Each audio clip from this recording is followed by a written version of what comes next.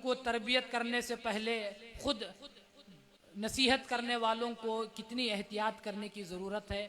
हज़रत शेख अब्दुल क़ादिर जिलानी के पास एक माँ अपने बच्चे को लेकर आती है और आकर हज़रत शेख अब्दुल क़ादिर जिलानी रहमतुल्लाह अलैह से कहती है कि मेरा बच्चा मीठी चीज़ें बहुत खाता है, शक्कर बहुत खाता है, आप इसे नसीहत कीजिए ताकि वो उस चीज़ को रोक दे।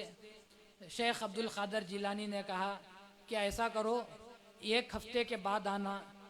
तो औरत भी परेशान हुई कि ये बड़ी कोई मैंने शरीयत का बहुत बड़ा मसला नहीं पूछ लिया, मैंने सिर्फ इतना कहा कि सबको नसीहत करते हैं तो बच्चे को भी नसीहत कर दो कि ये मीठी चीज़ें बहुत खाता है।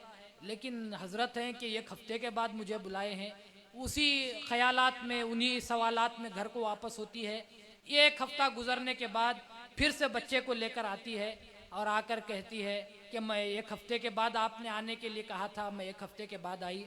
उस वक्त शेख अब्दुल क़ादिर जिलानी रहमतुल्लाह अलैह अपने रूहानी फैज़ से उस बच्चे को नसीहत करते हैं कि हर चीज़ खाना चाहिए लेकिन हद में रहकर खाना चाहिए। तुम्हारी माँ ने शिकायत की है कि तुम हद से ज़्यादा मीठा खाते हो, ऐसा करो कि उसको बंद कर दो या उसको कम कर दो। तुमको चाहिए कि उसको मीठा खाना कम कर देना चाहिए। बच्चे ने कहा और हज़रत की बात को मानते हुए घर को गया और बराबर उस बात पर अमल करता रहा। अब वो माँ को परेशानी थी कि एक हफ्ते का टाइम क्यों लिया गया नसीहत करने के लिए।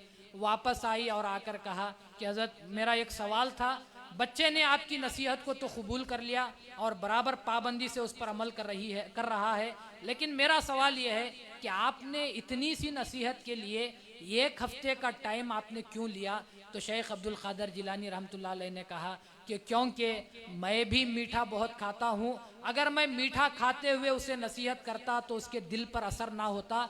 मैंने एक हफ्ते का टाइम इसलिए मांगा कि मैंने नसीहत करने से पहले एक हफ्ता थोड़ा भी मीठा नहीं खाया, उसके बाद मैंने नसीहत की है। क्योंकि कुरान में खुदा कहता है लिमा तक़ूलूना माला तफ़लून, तुम ऐसी बात क्यों कहते हो जो खुद तुम नहीं करते।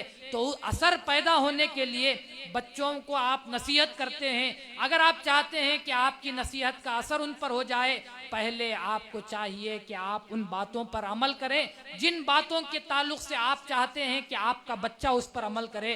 पहले उन बातों को आप खुद छोड़ दें जिन बातों के ताल्लुक से आप चाहते हैं कि बच्चा आपका वो काम ना करे। आप कभी कुरान ना पढ़ें और बच्चे को ताकीद करते रहें कि कुरान पढ़ते रहो, तो वो बच्चा कभी आपकी नसीहत को सुन नहीं सकता।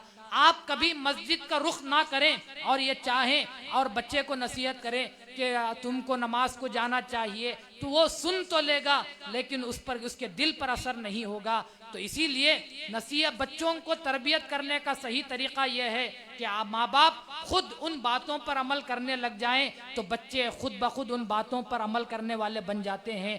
तो इसीलिए